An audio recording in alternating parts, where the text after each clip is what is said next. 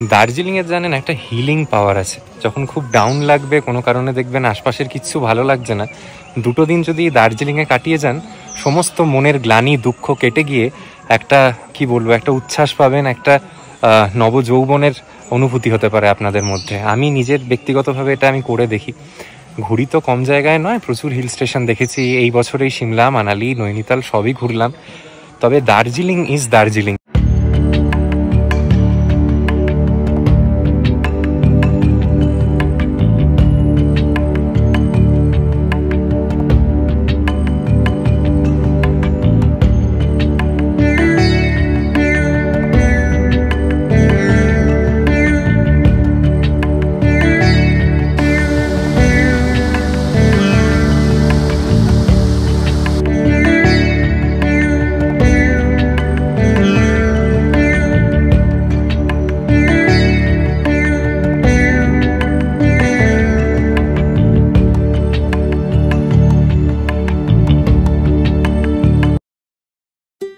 Hello everybody, welcome back to my channel. আমি রিতম, আর আপনাদের প্রত্যেককে স্বাগত জানাই আমার এই চ্যানেলের আর একটা নতুন ব্লগ দেখবার জন্য।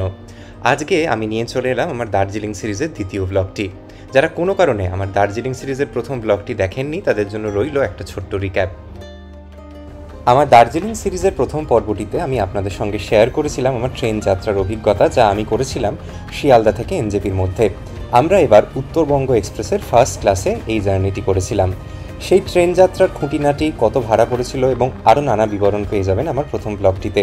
এনজেপিতে নেমে আমরা একটি ছোট গাড়ি রিজার্ভ করে রওনা হই শুকনার রাস্তা ধরে দার্জিলিংয়ের পথে। আমাদের এই ছোট্ট যাত্রাটি করার জন্য গাড়ি ভাড়া পড়েছিল অ্যাপ্রক্সিমেটলি 3000 টাকা। আপনারা যারা প্রাইভেট গাড়ি রিজার্ভ করতে চান না, তারা কিন্তু অনায়াসে 300 থেকে 350 টাকা খরচ করে শেয়ার গাড়িতেও অনায়াসে দার্জিলিংয়ের মূল টাউনে পৌঁছে যেতে পারেন। আমরা যাওয়ার পথে ব্রেক নিয়েছিলাম মার্গারেটস ডেকে, যা আমার এই রুটের সব থেকে ফেভারিট ক্যাফে বলতে পারেন, বা ওয়ান স্টপ যদি কোনো ডেস্টিনেশন হয় সেটাই মার্গারেটস ডেক। মার্গারেটস ডেক থেকে অপূর্ব সুন্দর আশপাশের ভ্যালি এবং চা বাগানের ভিউ পাওয়া যায়। তারপর আমরা আমাদের যাত্রা কন্টিনিউ করেছিলাম এবং টুং, সোনাদা, ঘুম, বাতাসিয়া লুপ এবং দার্জিলিংয়ের মূল টাউনকে ছেড়ে আমাদের যে হোটেলটিতে এবার আমরা উঠেছিলাম, ঠিক নেহেরু রোডে অবস্থিত হোটেল অলিভ, সেখান অবধি গেছিলাম। আমার হোটেল অলিভে ঠিক কী অভিজ্ঞতা হয়েছিল, রুম রেট কত ছিল, সেখানে আরও কী কী জাতীয় ঘর আছে এবং দার্জিলিং ভ্রমণের আরও নানা ছোট্টখাট্ট খুঁটিনাটি অভিজ্ঞতা শেয়ার করেছিলাম প্রথম ব্লগটিতে। যারা কোনো কারণে এখনও দেখে উঠতে পারেননি বা ইউটিউব আপনাদের কাছে নোটিফিকেশন পৌঁছে দেয়নি, একটা ছোট্ট অনুরোধ রইল, আজকের এই ব্লগের ডেসক্রিপশন বক্সের লিঙ্ক থেকে পারলে একবার দেখে নেবেন। তাহলে আমার ওভারঅল যে এই ট্রাভেল সিরিজটি, তার কন্টিনিউটিটা বুঝতে সুবিধা হবে। আজকে আমার এই দ্বিতীয় ব্লগটিতে শেয়ার করব আমার দার্জিলিং ভ্রমণের আরও গল্প। তাহলে চলুন শুরু করা যাক। এবার যাচ্ছি হচ্ছে কাঞ্চনজঙ্ঘা অবজারভেটরি ভিউ পয়েন্ট আর নিউ মহাকাল মার্কেটের দিকে। শীতের পোশাকের পসরা বেশ ভালোই এখানে, আর বেশ রিজনেবল রেটও বটে।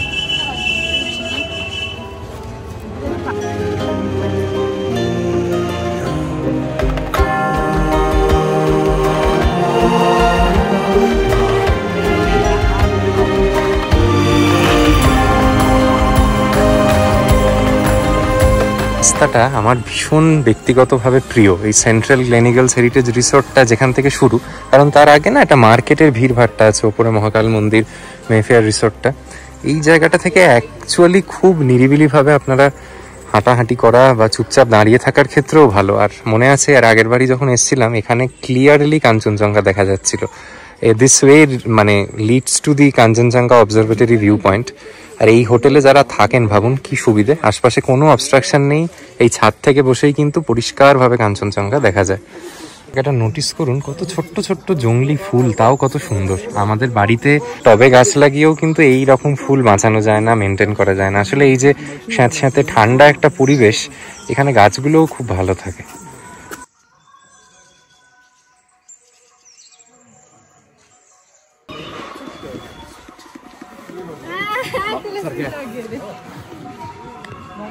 আমরা প্রায় হাঁটতে হাঁটতে পৌঁছে গেছি কাঞ্চনজঙ্ঘা অবজারভেটরি ভিউ পয়েন্টের প্রথম যেটা জায়গা, সেখানটা।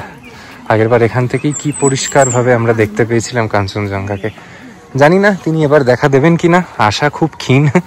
আশপাশে দেখলেই বুঝতে পারবেন কি মেঘ, কি মেঘ। আজকের এই ব্লগে ফার্দার এগোনোর আগে আপনাদের সঙ্গে দুটি খুব বিশেষ মানুষের পরিচয় করাতে চাই। তারা আর কেউ নয়, তারা আমার মা এবং বাবা। তারা প্রায় 18 কি 20 বছর পর দার্জিলিং ফিরে এলেন। তাদের সংসারে নানা চাপ, দায় দায়িত্ব, ছেলে মেয়েকে মানুষ করা, আমার মতো একটি ছেলেকে ইঞ্জিনিয়ারিং কলেজে পড়ানো এবং আরও সংসারের চাপে তারা নিজের জন্য সময় বাড়ি করতে পারতেন না। তাদের মুখে এই যে ছোট্ট হাসিটি ফুটিয়ে তুলতে পেরেছি, সেটাই আমার এই দার্জিলিং ট্রিপের মূল অ্যাচিভমেন্ট। তারা দার্জিলিংকে যখন এই নতুন রূপে দেখলেন, তারাও খানিক হতবাক। তাদের শেষ মনে থাকা স্মৃতিতে থাকা দার্জিলিংয়ের সঙ্গে এই নতুন দার্জিলিংকে মিলিয়ে নেওয়াটাই যেন তাদের কাছে একটা বিশাল কাজ ছিল। তাদের খুশি দেখে আমি যে কতটা খুশি হয়েছি বলতে পারবো না। সারা জীবন যে মানুষগুলো আমার ভালো লাগা খারাপ লাগার কথা ভেবে রেখেছেন, তাকে বা তাদেরকে একটু খুশি যেন দিতে পারলে নিজে সব থেকে খুশি হওয়া যায়। সেখানে টাকা পয়সা অন্য কিচ্ছু মাথায় আসে না, বিশ্বাস করুন। আর সত্যি কথা বলতে, কে জানে বলুন কতদিন হাতে আর সময় আছে।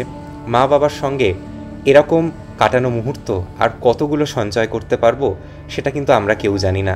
তাই হাতে সময় থাকতে থাকতে নিজের মা বাবা এবং প্রিয়জনদের সঙ্গে ঘুরে আসুন দার্জিলিং, পুরী বা যে জায়গা আপনাদের মন চায়। কথা দিতে পারি, এখানে সঞ্চয় করা যে অভিজ্ঞতা, তা আপনাকে সুখ এবং আনন্দ দিতে থাকবে জীবনের প্রতিটি পদে।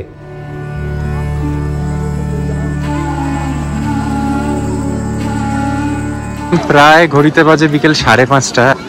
এখন দার্জিলিংয়ের মল রোড একদম জমজমাট। এই যে চৌরাস্তা, এখানে ভিড়, ঘোড়া চড়ে বেড়াচ্ছে, সবাই ছবি ছাপা ভিডিও তুলতে ব্যস্ত। এটাই আশা করছিলাম, দুপুরে দেখে ভাবছিলাম যে এত খালি কেন। এখন মনে হচ্ছে যে না, খুব একটা খালি নয়। লোকে হয়তো সাইট সিইং করতে গিয়েছিল, এখন সবাই এসে একত্র হয়েছে এই চৌরাস্তাতে। হিউজ ট্যুরিস্ট ইনফ্লাক্সের জন্য হোটেলের রেট কিন্তু প্রায় ডবল। আমি ফর অ্যান এক্সাম্পল বলছি, এদিকে যে হোটেল সানফ্লাওয়ার দেখছিলাম, এক রাত্রির জন্য এখন দুজনের থাকার জন্যই 5,500 থেকে 6,000 টাকা চাইছে।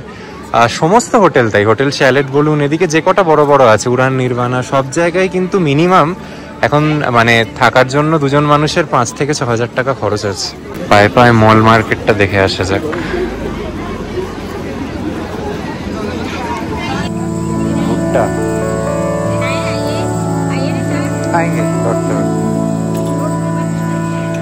মার্কেটে সভেনিয়ার খুব অল্প দামে পাওয়া যায়, খুব ভালো কালেকশন, খুব একটা বেশি বার্গেনিং করার প্রয়োজন পড়ে না।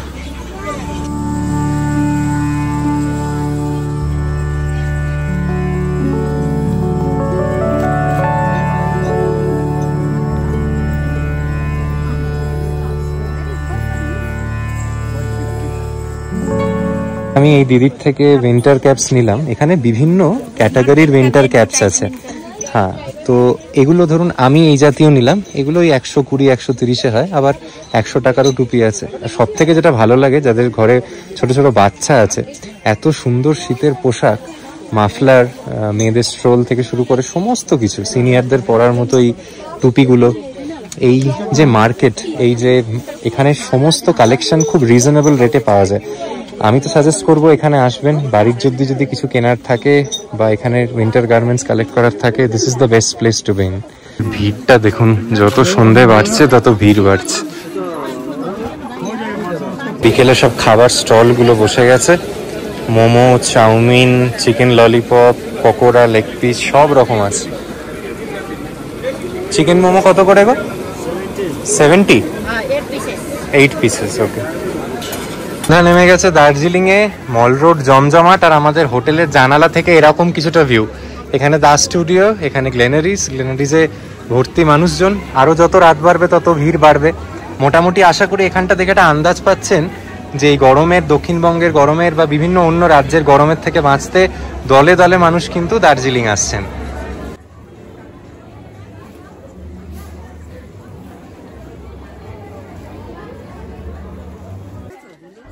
দার্জিলিংয়ে প্রথম দিন সন্ধেবেলাটা এই টুকটাক মার্কেটিং করে, মল রোডে বসে কিছু খাওয়া দাওয়া করে এবং একদম শেষ লগ্নে গ্লেনারিজে পৌঁছে সেখানের পেস্ট্রি ট্রাই করে কিন্তু আমরা আমাদের প্রথম দিনটা সম্পন্ন করলাম। আমি এবার যে দার্জিলিং এসেছিলাম, যেরকম শুরুর পর্বেই বলেছিলাম, শুধু দার্জিলিংয়ে কাটাবো বলে কিন্তু আসিনি। দার্জিলিংয়ের পর আমি এই ট্রিপে গেছিলাম কালিম্পং এবং কার্শিয়াংয়ে, যা ধীরে ধীরে আমি আরও ফার্দার ব্লগে তুলে ধরব। তবে এর ঠিক পরবর্তী অংশেই চলুন আপনাদের দার্জিলিংয়ের যে মিক্স পয়েন্ট সাইট সিইং হয় তার কয়েকটা জায়গা ঘুরিয়ে আনি।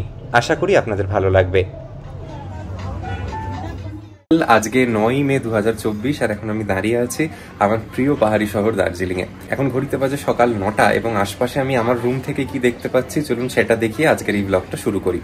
আমি যে হোটেলটিতে উঠেছি তার মূল সুবিধা হচ্ছে সেটা একদম এই যে মল রোডের কানেক্টার রাস্তাটা নেহেরু রোডের এখানে অবস্থিত, গ্লেনারিজের ঠিক উল্টো দিকে। এই গ্লেনারিজ দেখুন সকাল থেকে মানুষের ভিড়, সবাই এসে কিন্তু যে যার মতো সকালে ছবি তুলছে। আর এইখানে দাস স্টুডিও বা অন্য যেগুলো বড় দোকান তার কোনোটাই কিন্তু এখনও খোলেনি। আর আজকে আকাশ কমপ্লিটলি মেঘাচ্ছন্ন, কাঞ্চনজঙ্ঘারও দেখা নেই। এই রুমগুলোর বেনিফিট হচ্ছে যদি কাঞ্চনজঙ্ঘা দেখা যায় বা পরিষ্কার আকাশ হয় সেক্ষেত্রে এই ঠিক লাল চালটার ওপরেই কিন্তু কাঞ্চনজঙ্ঘা আমরা পরিষ্কার দেখতে পেতাম। বাট সামহাউ এবার সেটা আমাদের হলো না। আর আজকে আমাদের যেটা প্ল্যান হচ্ছে এখানে টুকটাক ব্রেকফাস্ট কমপ্লিট করে নিয়ে আমরা মিক্স সাইট সিইং করতে বেরোবো দার্জিলিংয়ে। এই হচ্ছে আমাদের হোটেল যেখানে আমরা আছি, হোটেল অলিভ, কেএফসির ঠিক উপরেই। যারা ফার্স্ট পর্বটা দেখেছেন জানেন। আর এখান থেকে বেরিয়ে চলুন আপনাদের অন্য সাইট সিইং করতে যাওয়ার আগে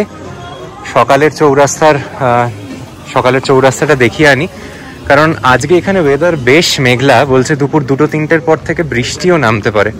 তাই আমরাও যে কতটা কি কভার করতে পারবো বৃষ্টি না পেয়ে আই এম নট শিওর। এখন একটু ঠান্ডা ঠান্ডা লাগছে। আর আমি কাল থেকেই দেখছি সকালের দিকে এই চৌরাস্তার এখানে ভিড়টা খুবই কম, লোকজনও কম দেখা যাচ্ছে।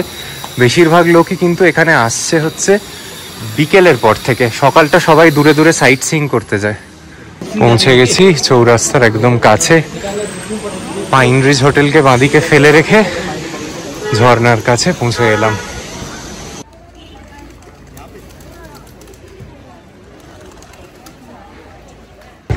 আমাদের যেটা এবার সুবিধা হয়েছে, যেহেতু একদম গ্লেনারিজের পাশেই আছি, এই মল রোডে আসা বা চৌরাস্তায় আসা ইজ নো বিগ ডিল। যে কোনো মোমেন্টে মনে হচ্ছে 2 মিনিট হেঁটেই চলে আসতে পারছি। আচ্ছা, আমি যেহেতু মল রোডেই আছি আপনাদের কয়েকটা এমন হোটেল দেখাই যেটা একদম মল রোডের ওপরেই, মানে এই চৌরাস্তাকে ঘিরেই। Starting with chalet hotel. এই শ্যালেট হোটেলটা সেই পুরনো ব্রিটিশ আমলের হোটেল। এটার লেটলি রিভিউ খুব খারাপ, আমি তো কাউকে সাজেস্ট করবো না থাকতে, বাট এটা একটা অপশান। আরেকটু যদি আমি শ্যালেট হোটেলকে এদিকে রেখে আরেকটু মল মার্কেটের দিকে হাঁটি, এখানে আছে হচ্ছে হোটেল সানফ্লাওয়ার।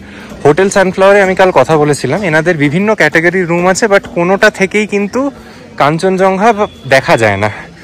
এনাদের বেসমেন্টে নিচের দিকে ঘর, এখানেও ওই 5 থেকে 7 হাজার টাকার মধ্যে রুম রেটস, এটা একটা অপশন। আর যদি এই দিক বরাবর যাই, মানে যেদিক দিয়ে আমি ঢুকলাম সেদিকে আরও 2-1টা হোটেল আছে, চলুন সেগুলো দেখিয়ে দিই। আছে হচ্ছে কফি হাউসটায় যাওয়ার। কফি হাউসটায় একদিন আমি সন্ধ্যেবেলা গেছিলাম, আমার ভীষণ ভালো লেগেছিল, কিন্তু আমার দ্বিতীয়বার গেলেও সেখানে আক্ষেপ থাকবে না। আর এই মল রোডের ওপর যে হোটেলগুলো আমার খুব ভালো লাগে খাবার জায়গা, একটা হচ্ছে এই টিটোরিয়া, আর এদিকে আছে হচ্ছে আরেকটু যদি আগে এগিয়ে যান, এদিকটা দেখাই আপনাদের। এই যে আরা বেলভিউ দেখতে পাচ্ছেন, এটা কিন্তু একটা হোটেল, এখানেও থাকতে পারেন, এটাও খুব ভালো লোকেশন, একদম মূল জায়গা। আর তার পাশে হচ্ছে এই ফিয়েস্টা, এই ক্যাফেটাও ভীষণ ভালো। আর এখানে যদি চা পাতা টাতা কিনতে হয়, গোল্ডেন টিপস তো আছেই। আপনারা আপনাদের সকালটা এখানে 1-2 ঘন্টা আরামসে কাটিয়ে দিতে পারেন। কেনাকাটি যদি কিছু করবার থাকে এখান থেকে করে নিয়ে তারপর সাইট সিইংয়ে বেরোন আপনারা। এই পাইন রিজ হোটেলে যদি আপনার কোনো সাবস্ক্রাইবার কেউ থেকে থাকেন জানাবেন আপনাদের অভিজ্ঞতা কেমন হয়েছিল। আমি তো প্রচুর গল্প শুনেছি এখানে ভুতুরে কারবারের ব্যাপারে, আমি ঠিক শিওর নই সেগুলো লোককথা না সত্যিই এখানে গন্ডগোল আছে। যদি কেউ থেকে থাকেন, কেমন ঘর লেগেছে, কেমন অভিজ্ঞতা অবশ্যই জানাবেন। এখন এই যে পিক সিজন চলছে, আপনারা যদি সারাদিন দার্জিলিংয়ের গাড়ি রিজার্ভ করে সাইট সিইং করেন, ধরুন সকালে একদম টাইগার হিলস থেকে শুরু করে এখানে মিক্স পয়েন্ট সাইট সিইং করেন, 4 থেকে 4,500 টাকা পড়বে। আমরাও তার মধ্যে কয়েকটা দেখবো। টাইগার হিলসটা আজকে ইচ্ছে করেই যায়নি, কারণ আজকে ওয়েদার এখানে একেবারেই ভালো নয়, তো গিয়ে বেকার টাকা নষ্ট আর কি। তো আমাদের ওই 2,500-3 হাজার টাকা মতো পড়বে। আমরা বেছে বেছে 5টা-6টা জায়গা দেখবো। আর আনফর্চুনেটলি যেটা আমার করার ইচ্ছে থাকে প্রত্যেকবার, সেটা হচ্ছে জয় রাইডটা, উইচ এবার আমি টিকিট পাইনি। টিকিটটা পেলে হয়তো করতাম, মা বাবাও কখনো এর আগে করেনি, বাট কি করা যাবে, এত ডিম্যান্ড, এত ট্যুরিস্ট এসছে, এবার শেষ মোমেন্টে এসে জয় রাইডের টিকিট পাওয়া যাবে না। এই অলিভ হোটেলসে থাকার একটা বাড়তি সুবিধা হচ্ছে, যারা কেএফসির ভক্ত তারা প্রথমে হোটেলে ঢুকে আগে কেএফসির গন্ধ পাবেন, খেয়েও নিতে পারেন এখান থেকে, তারপর আপনি আপনার রুমে যাবেন।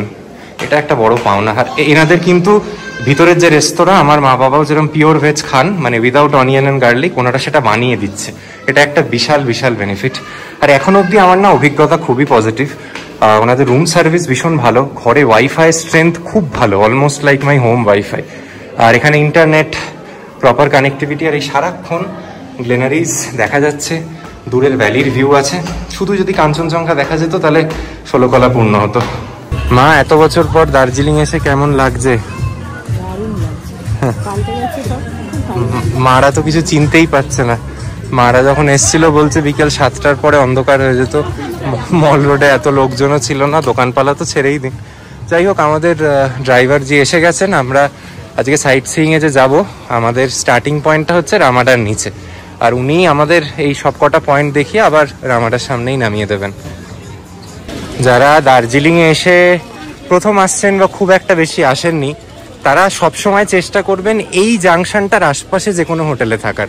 তার কারণ এখান থেকে কেভেন্টার্স এবং গ্লেনারিজ বা এই মল রোডের অ্যাপ্রোচটা ভীষণ ইজি। আমি এর আগে 2বার বা 3বার যে এসছি, আমি প্রথম একদম যখন এসছিলাম এই লুনার বলে হোটেলটাতে ছিলাম। There is nothing better then lunar in terms of view, services, সবই ভালো, কিন্তু এখন রেট প্রচুর বেড়ে গেছে।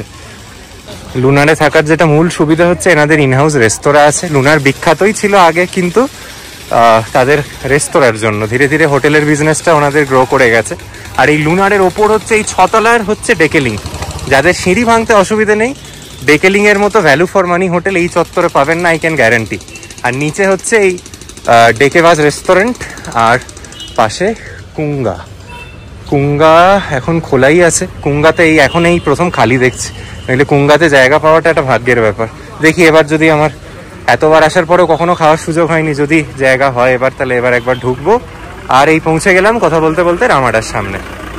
এই হচ্ছে রামাডা হোটেল, আমাদের এই মল রোডের আশপাশের সব থেকে বড় হোটেল বলতে পারেন। এখানে হচ্ছে তারা থাকতে পারেন যাদের লিফটটা একটা ম্যান্ডেট। এখানে লিফট থেকে মানে স্পা থেকে যত মডার্ন ফেসিলিটিস হয়, অলমোস্ট লাইক 5 স্টার হোটেল, সব কিছুই আছে। আর এর নিচ থেকেই কিন্তু শেয়ার গাড়িগুলোও ছাড়ে, যেটা খুব সুবিধে।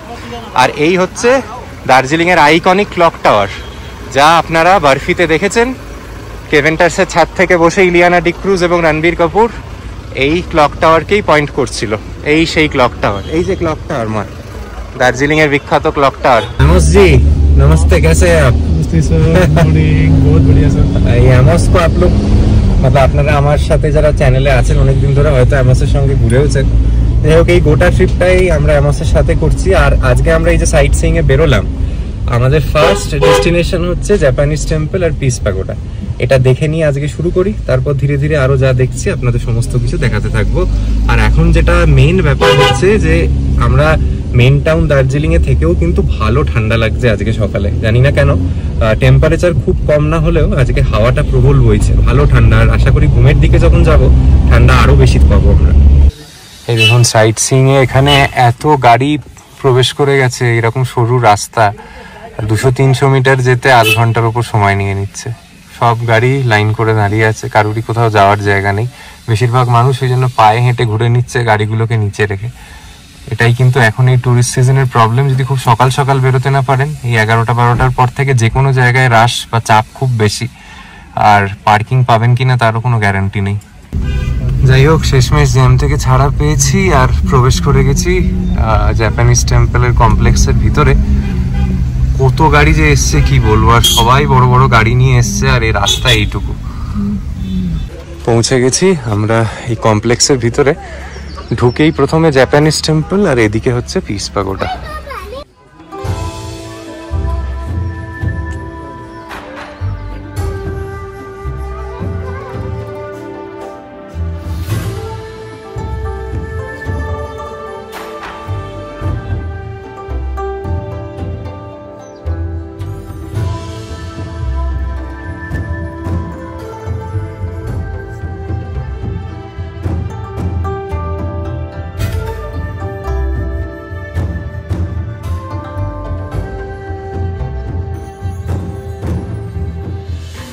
এই পিস প্যাগোডায় ওঠার জন্য কিন্তু প্রচুর সিঁড়ি ভাঙতে হবে, এটা বলেই রাখলাম। এটা যেরকম একটা তলা, এখানে অন্তত 3 তলা হাইট তো বটেই।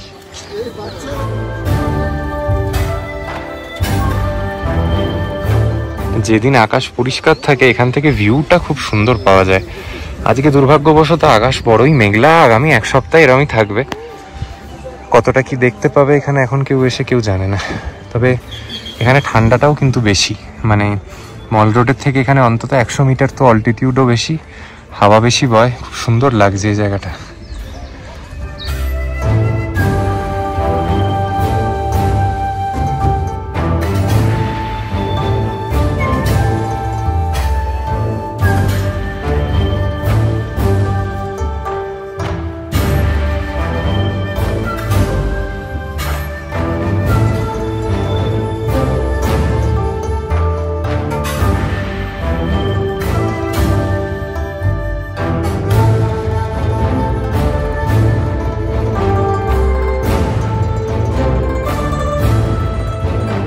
আজকে আমাদের দ্বিতীয় স্টপ হচ্ছে এই ডালি মনেস্ট্রিতে।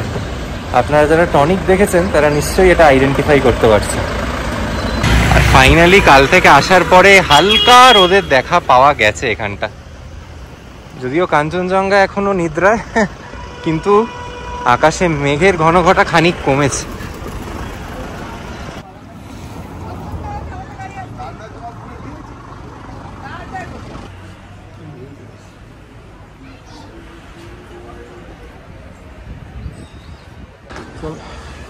এটা হচ্ছে ডালি মনেস্ট্রির মেইন টেম্পলের এরিয়া। আর সব থেকে সুন্দর পার্ট যেটা মনেস্ট্রির, সেটা হচ্ছে এই সামনের যে অংশটা, এখান থেকে গোটা সামনের বাতাসিয়া, ঘুম, খানিক দার্জিলিংয়ের অসাধারণ ভিউ পাওয়া যায়। Too good just.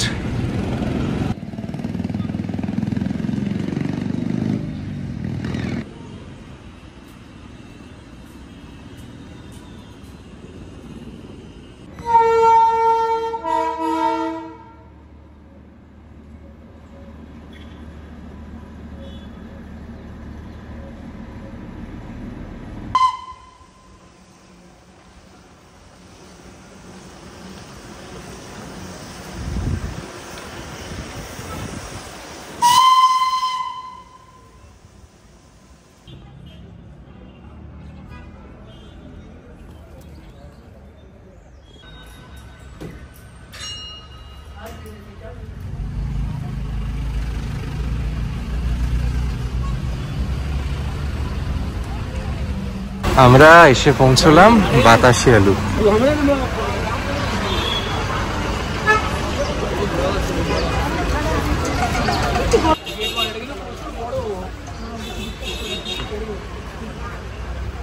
কি সুন্দর, কি সুন্দর, কত ফুল দেখুন শুধু।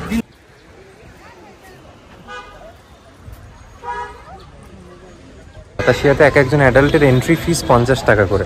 তবে আপনারা যারা জয় রাইডটা করছেন তাদের কিন্তু দরকার পড়বে না এগুলো আলাদা করে এসে দেখার, কারণ ওখানে বাতাসিয়া লুপ আর ঘুমের যেটা রেলওয়ে স্টেশনকে ঘিরে যে মিউজিয়াম, সেগুলো ওনারা ডেডিকেটেডলি দেখায়।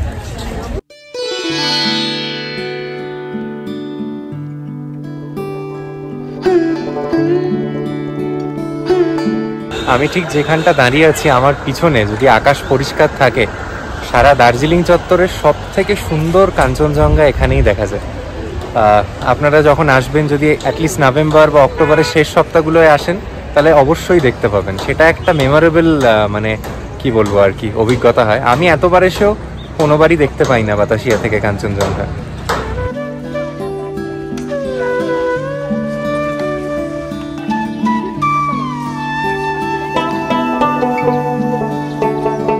আর এই ওপরে যে এখন রিসোর্টটা দেখছেন, অনুত্রি হিল রিসোর্ট, এটা এখন ভীষণ জনপ্রিয়। এনাদের কিছু রুম আছে যেখান থেকে বাতাসিয়া লুপ এবং কাঞ্চনজঙ্ঘা দুটোই দেখা যায়। আপনারা কেউ থেকেছেন কিনা অবশ্যই জানাবেন। আমার ভবিষ্যতের দিনে এসে একটা দিন এখানে থাকবার ইচ্ছা আছে।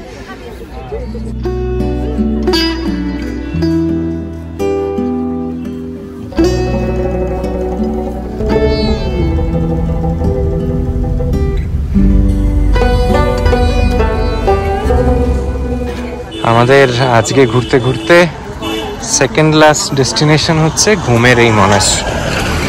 চলুন ভিতরটা দেখে আসা যাক। বাইরে এখানে একটা বড় উলেন গার্মেন্টসের মার্কেট আছে, তাও এই বৃষ্টি নামবে বলে বেশিরভাগ দোকানিরাই বন্ধ করে চলে গেছেন, যা রিয়েলাইজ করতে পারছি।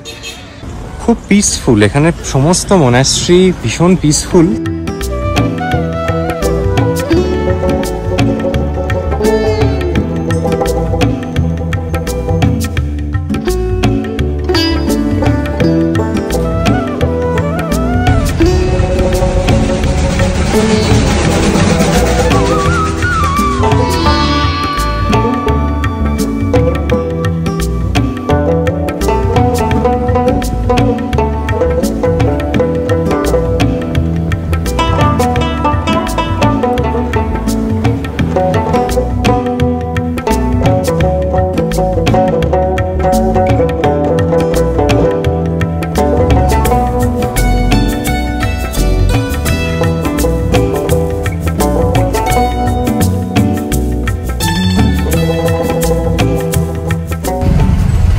সারাদিন একবার অন্ধকার একবার আলো এই চলছিল, আর শেষমেশ এই এখন ঘড়িতে বাজে অ্যাপ্রক্সিমেটলি 3:30 আর দার্জিলিং এই বৃষ্টি শুরু হলো। জানি না খুব ভারী বৃষ্টি হবে কিনা, বাট এখন তো আমরা যেদিকে যাচ্ছি যে চা বাগান দেখতে, সেখানে বরং বৃষ্টি হলে অসুবিধে। আমাদের মোস্টলি অন্য যে কটা পয়েন্ট দেখবার ছিল সব কাভার্ড হয়ে গেছে, আর এইখানে এই তেনজিং রক আর চা বাগানটা দেখেই কিন্তু আজকের আমাদের সাইট সিইং কমপ্লিটেড হবে।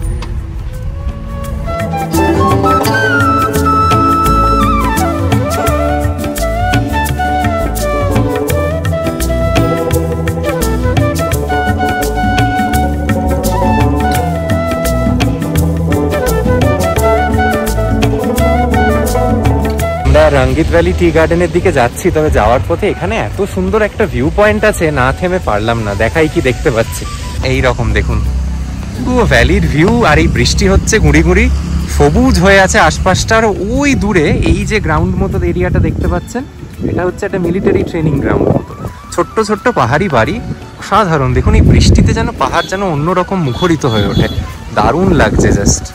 এই দেখুন রঙ্গিত ভ্যালি টি গার্ডেন থেকে ভিউটা।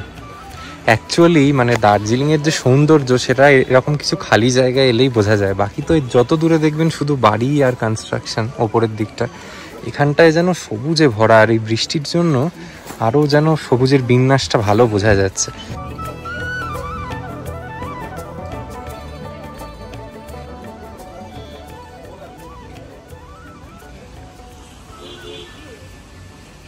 এই দার্জিলিং এর সাইট সিইং এ আপনারা আর কোথাও আসুন না আসুন, এই রঙ্গিত ভ্যালি টি গার্ডেনটা প্লিজ আসবেন। This is absolutely recommended. মানে এটার থেকে সুন্দর ভিউ আর অন্য কোথাও পাবেন না। আমি আসার সময় তেনজিং রকের পাশ দিয়ে এলাম, কিন্তু আমাদের তো আর কারুর পাথর চড়ার এখন ইচ্ছে বা উপায় কোনোটাই নেই, তাই আমরা আর ওখানে থামিনি। কিন্তু আজকে একটু লাকটা খারাপ বলতে পারেন যে ঠিক এই সময় বৃষ্টিটা শুরু হলো, নইলে আর একটু নিচ অব্দি নামা যায়। এখন স্লিপ কাটবে তো, নামতে ভয় লাগছে, বাট অসাধারণ ভিউ, জাস্ট টু গুড।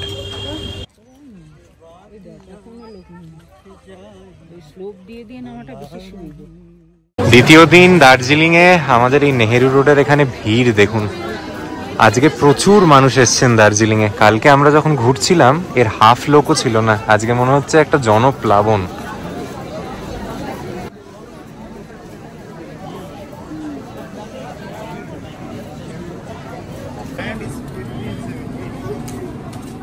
দক্ষিণবঙ্গে যত দাবদাহ বাড়বে, উত্তরবঙ্গে ভিড় তত বাড়বে। ভিড় দেখুন জাস্ট, মনে হচ্ছে না দুর্গাপুজোর অষ্টমীর লাইন। ভুট্টা থেকে নানা রকম স্ট্রিট ফুডস আছে। এই দেখুন কি কি পাওয়া যাচ্ছে, একবার একটু দেখাই। Chicken lollipop, chicken pakora, momo, ভুট্টা,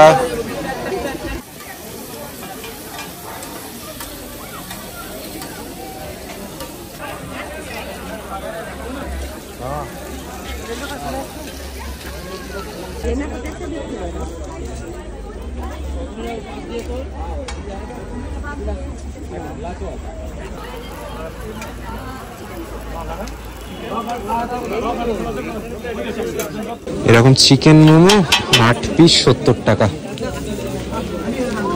আলাদাই স্বাদ পাহাড়ি মোমোস।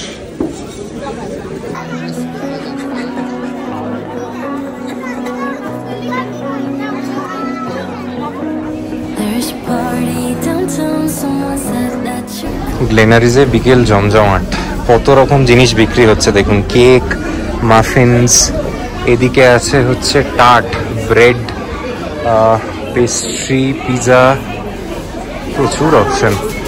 আর এটা হচ্ছে সেই ঘোড়া রাস্তা বলের দিকের রাস্তা।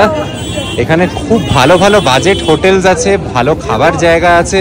টম অ্যান্ড জেরিস ক্যাফেটাও এই রাস্তা বরাবর খানিক এগিয়ে গেলে। এই ঘোড়া রাস্তা বলের রোডে বেশ কিছু নতুন ভালো হোটেল খুলেছে।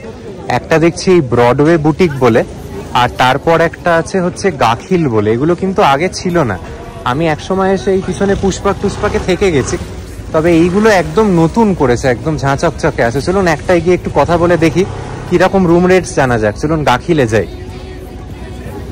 এইটা হচ্ছে গাখিলের ভিতরে, এখানে ওই 6-7-8 হাজার টাকাতেই রুম, একদম সেন্ট্রাল লোকেশন। চলুন দেখি একটা রুম।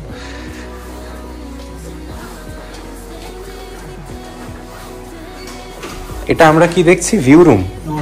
এটা নন ভিউ রুম। আচ্ছা আচ্ছা, খুবই সুন্দর, একদম proper, clean, neat and clean. এদিক থেকে বোধহয় ওই নিচের রাস্তাটা দেখা যাচ্ছে। আচ্ছা দেখি একটু। ও আচ্ছা আচ্ছা, এখানে সামনে বাড়ি আছে বলে ব্লক। Got it. এগুলোই মোটামুটি 6-7 হাজার টাকা, তাই তো? হ্যাঁ। দাখিলের একটা সুবিধা হচ্ছে এখানে লিফটও আছে, যাদের হাঁটুর সমস্যা তাদেরও কোনো প্রবলেম হবে না। এই যে গাখিলের লোকেশনটা বুঝিয়ে দিই, এই ঘোড়া রাস্তা বলে রাস্তাটা দিয়ে ঢুকছেন এই খাবার দোকানগুলো, আর এইখানে দেখুন ঠিক একদম ঢুকেই গাখিলটা চোখে পড়বে। আর এখান থেকে আমি চলুন পায়ে হেঁটে আপনাদের নিয়ে যাই। এই ফুড স্টলগুলো ক্রস করে আমি এগোতে থাকি, তাহলে কতটা দূরত্ব বুঝতে পারবেন। এই দেখুন আবার বেলভিউয়ের এই হোটেলটা দেখা যাচ্ছে, সামনে ফাউন্টেনটা, আমরা প্রায় পৌঁছে গেছি। একদমই অ্যাডজাসেন্ট বলা যায়।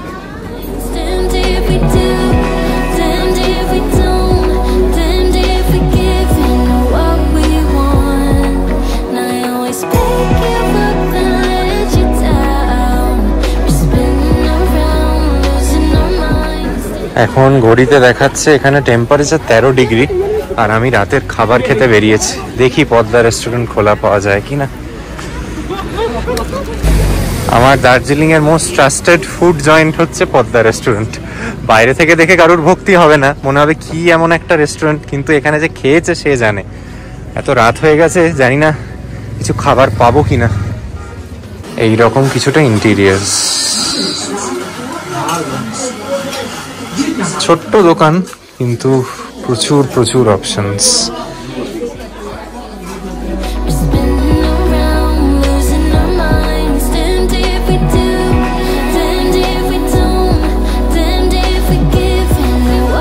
এই হচ্ছে 190 টাকার চিকেন রাইস, আছে ভাত, একটা আলু ভাজা, একটা সবজি, পাঁপড়, ডাল, 2 পিস চিকেন, আচার আর স্যালাড। 190 টাকায় দারুণ গরম গরম খাবার। এখানে এলে অবশ্যই ট্রাই করবেন, আমি বলছি অথেন্টিক খাবার, ভালো খাবার। আজকের এই দার্জিলিং ভ্রমণ পর্বকে এখানেই শেষ করছি। খুব ভালো থাকবেন। পরের পর্বে আপনাদের নিয়ে যাব দার্জিলিং থেকে কালিম্পং এবং ডেলোয় থাকবার জন্য এক অসাধারণ হোটেলের সন্ধান দেব। আজকের পর্বটি যদি ভালো লেগে থাকে তাহলে শেষ করে দেওয়ার আগে লাইক, শেয়ার এবং সাবস্ক্রাইব করতে ভুলবেন না।